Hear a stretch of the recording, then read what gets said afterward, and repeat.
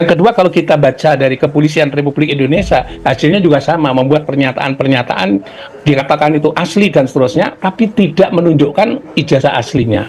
Jadi dua instansi yang memeriksa yang ini, dua-duanya tidak pernah menunjukkan ijazah aslinya Jokowi itu yang mana gitu.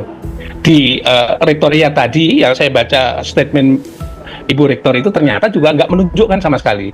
Jadi dua-duanya itu berlandaskan pada tidak pada dokumen aslinya. Kalau tidak berdasarkan dokumen aslinya, menurut pendapat saya tetap diragukan ya. Seolah-olah dia, oh ini rahasia pribadi, bukan masuk rahasia pribadi atau dokumen privat yang tidak boleh publikasi. Kalau seorang itu sudah menjabat publik, maka dokumen publiknya tetap itu menjadi milik publik. Artinya publik berhak untuk tahu dan mengetahui dokumen aslinya itu seperti apa. Data Begitu. dan bukti bahwa Bapak Joko Widodo Sudah sangat terlambat statement itu. Ya. Bapak Joko Widodo adalah lulusan dari universitas. Isu ijazah palsu Jokowi hingga saat ini semakin memanas menjadi polemik nasional, bahkan dunia pun menyorot. Tapi masih saja banyak yang meragukan keaslian ijazah Jokowi, karena ijazahnya tak kunjung diperlihatkan ke masyarakat dengan alasan bahwa ijazah adalah ranah pribadi dan privat. Ya, yang pertama tadi kalau dihubungkan dengan laporan Jokowi yang terkait dengan dugaan ijazah palsu yang dianggap sebagai fitnah dan seterusnya itu tadi. Nah, ini saya mencoba membandingkan dua hal ya. Yang pertama dari statement dari Rektoriat dan Dekanat ya tentu saja. Dan yang kedua adalah statement dari kepolisian yang menerima laporan itu, yang telah melakukan pemeriksaan. Saya minta maaf ya, saya membaca bolak-balik, mencoba melihat bolak-balik lagi.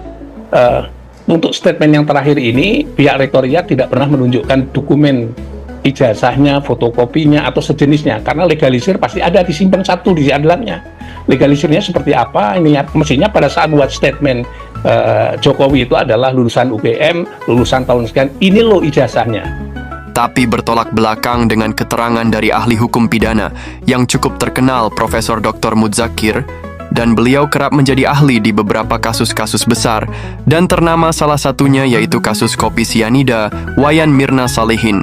Profesor Dr. Muzakir mengatakan, ijazah atau data yang telah digunakan untuk mencalonkan diri sebagai presiden atau pejabat publik, data tersebut adalah termasuk domain publik atau publik berhak untuk tahu atau mengetahuinya.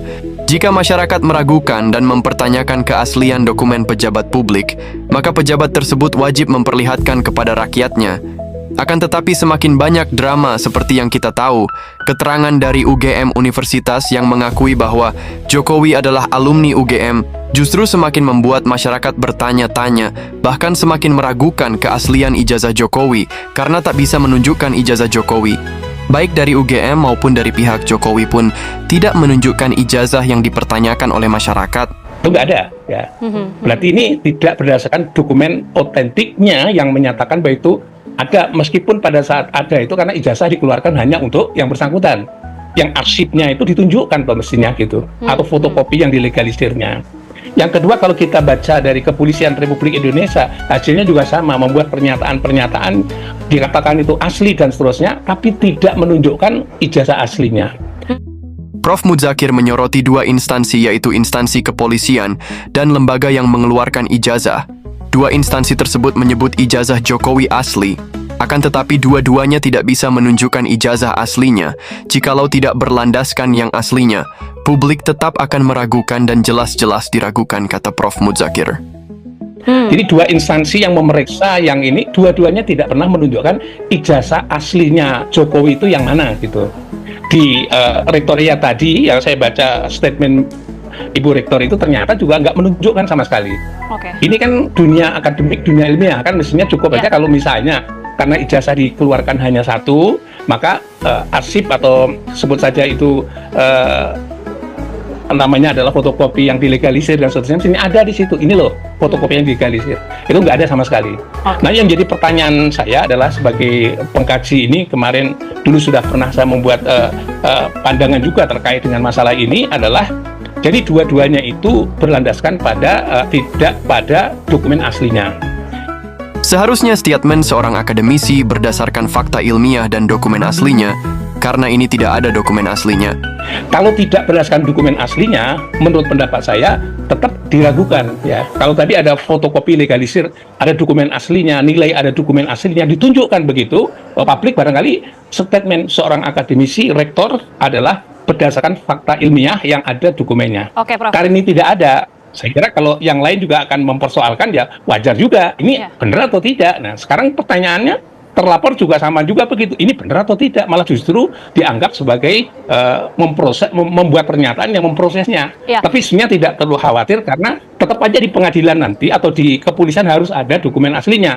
Ya, kalau nggak ada dokumen aslinya berarti nggak ada bandingannya bahwa itu asli atau tidak. Soal dokumen asli ini, Prof, ada pernyataan juga dari Rektor UGM ini kan menyebut bahwa ijazah ini sudah di tangan Jokowi sendiri, jadi sudah menjadi tanggung jawab dari pemilik ijazah tersebut. Itu bagaimana?